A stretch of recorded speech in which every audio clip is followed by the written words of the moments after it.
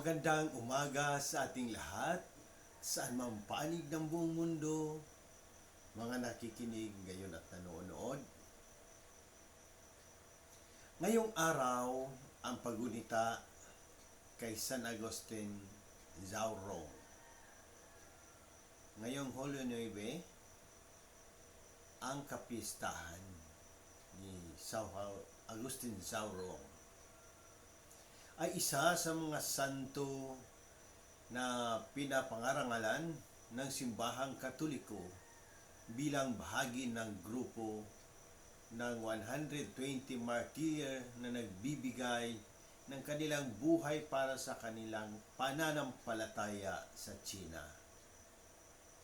Sa pagitan noong 1648 hanggang 1930, si San Agustin Zaurong ay isang dating sundalo na naging pari. Siya ay naging Katoliko matapos makita ang matinding pananampalataya ng mga Kristiyano na kanyang binabantayan bilang sundalo. Dahil sa kanyang bagong pananampalataya, siya rin ay naging pari sa panahon ng pag-uusig sa China.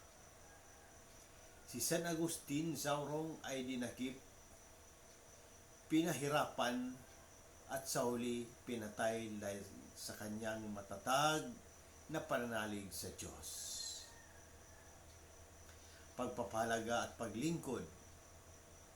Ang alaala ni San Agustin Zaurong at ng iba pang mga martir ay nagpapaalala sa atin ng kahalagahan ng pananampalataya at ang handang mag-alay ng sariling buhay para sa Diyos. Ang kanilang halimbawa ng katatagan at katapangan ay nagbigay inspirasyon sa mga mananampalataya upang manatiling tapat sa kanilang pananampalataya kahit sa harap ng matinding pagsubok. Atin naman pakinggan ang mabuting balita ng Panginoon ayon kay San Mateo. Glory to you, Lord Jesus Christ.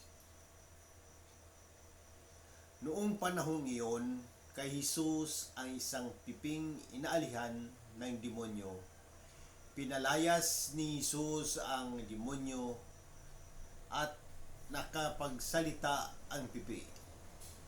Namangha ang mga tao at sinabi nila, kailan may walang nakitang katulad nito sa Israel. Natapwat, sinabi ng mga Pariseo, ang prinsipe ng mga demonyo ang nagbigay sa kanya ng kapangyarihan magpalayas ng mga demonyo. Nilibot ni Jesus ang mga bayan at nayon at nagturo sa mga sinagoga. Ipinangaral niya ang mabuting balita tungkol sa paghari ng Diyos at pinagaling ang mga may sakit.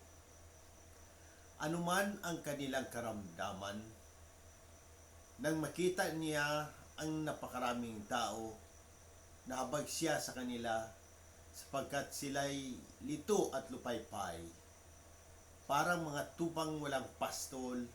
Kaya't sinabi niya sa kanyang mga alagad, sagana ang aanihin, ngunit kakaunti ang mag-aani. Idalangin ninyo sa may-ari ng anihan na magpadala siya ng manggagawa sa kanyang aanihin. Ang mabuting balita ng Panginoon.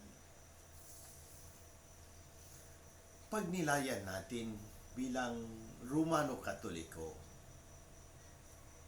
Sa Ebanghelyo ngayon, muli natin nasaksihan ang kapangyarihan at awa ni Jesus sa kanyang mga gawain ng pagpapagaling at pagtuturo. Dalawang mahalagang tema ang makita natin dito. Ang kanyang kapangyarihan laban sa kasamaan at ang kanyang habag sa mga tao. kapangyarihan ni Jesus laban sa kasamaan. Nang dinala kay Jesus ang isang piping inaalihan ng demonyo, pinalayas niya ang demonyo at ang pipi ay nakapagsalita. Namangha ang mga tao at inamin na wala pang nakakita ng ganito sa Israel. Ang kapangyarihan ni Jesus ay hindi lamang limitado sa pisikal na pagaling, kundi pati na rin sa espiritual na paglaya mula sa mga pwersa ng kasamaan. Subalit sa kabila ng malinaw na kapangyarihan ni Jesus, ang mga Pariseo ay nag-aakusa na ang kapangyarihan niya ay galing sa prinsipe ng mga demonyo. Ito ay nagpapakita ng pagkabulag ng kanilang puso at pagkamakapangyarihan. Habag ni Jesus sa mga tao. Sa kanyang paglalakbay, nakita ni Jesus ang napakaraming tao na lito at lupaypay. Parang mga tupang walang pastol. Nahabag siya sa kanila at ipinangaral ang mabuting balita ng paghahari ng Diyos. Ipinakita niya ang kanyang malasakit sa pamamagitan ng pagpapagaling sa mga may sakit at pagturo sa mga sinagoga. Ang kanyang habag ay nagpapakita ng kanyang pusong puno ng pagmamahal at pagkalinga sa bawat isa sa atin, lalo na sa mga nagdurusa at naliligaw ng landas. Sa panalangin at paggawa. Sa huli, sinabi ni Jesus sa kanyang mga alagad na sagana ang aanihin, ngunit kakaunti ang mag-aani. Hinihikayat niya sila na idalangin sa may-ari ng anihan na magpadala ng mga manggagawa sa kanyang anihin. Ito ay isang tawag para sa lahat ng mananampalataya na magdasal at magsikap na maging bahagi ng misyon ng Diyos sa pagdadala ng kanyang kaharian sa mundo. Bilang mga tagasunod ni Jesus, tayo ay tinatawagan na maging mga manggagawa sa kanyang anihin sa pamamagitan ng ating panalangin, gawa at pamumuhay ng may pananampalataya. Sa ating pagnilay ngayon, una, pagkilala sa kapangyarihan ni Jesus. Paano ko kinikilala ang kapangyarihan ni Jesus sa aking buhay, lalo na sa mga panahon ng pagsubok at kasamaan? Paano ko maipakita ang aking pananampalataya sa kanyang kapangyarihan? Pangalawa, habag at pagmamalasakit. Paano ko naipakita ang habag ni Jesus sa aking kapwa, lalo na sa mga nangangailangan? Ano ang mga konkretong paraan upang ako'y maging instrumento ng kanyang pagmamahal at kalinga? Pangatlo, panalangin at misyon. Paano ko masisigurong ako'y isang tapat na manggagawa sa anihan ng Diyos?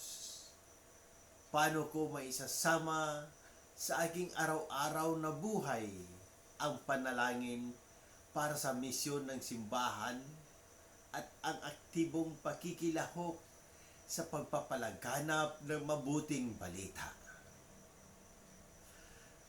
Ang Ebanghelyo ngayon ay paalala sa atin na ang kapangyarihan ni Jesus ay tunay at kanyang awa ay wagas.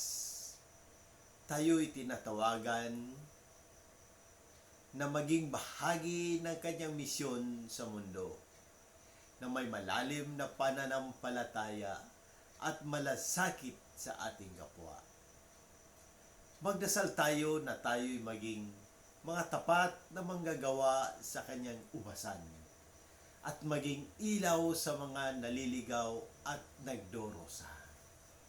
Sa muli, hinihikayat ko ang lahat, Katoliko man o hindi, na magtanong at pagnilayan ang mensahe ng Ebanghilyong ito. Kung may katanungan kayo tungkol sa pananampalataya, ang ating simbahan o sa anumang aspeto ng ating buhay, bukas ang aking puso na sagutin ang mga ito. Sama-sama nating pagnilayan at pahalagahan ang habag at pag-ibig ng Diyos sa naipahayag ni Jesus sa Ebanghilyong ito. Sa pamamagitan ng ating mga gawain at salita, naway maging daluyan tayo ng habag at pagmamahal ng Diyos sa lahat ng tao. Amen.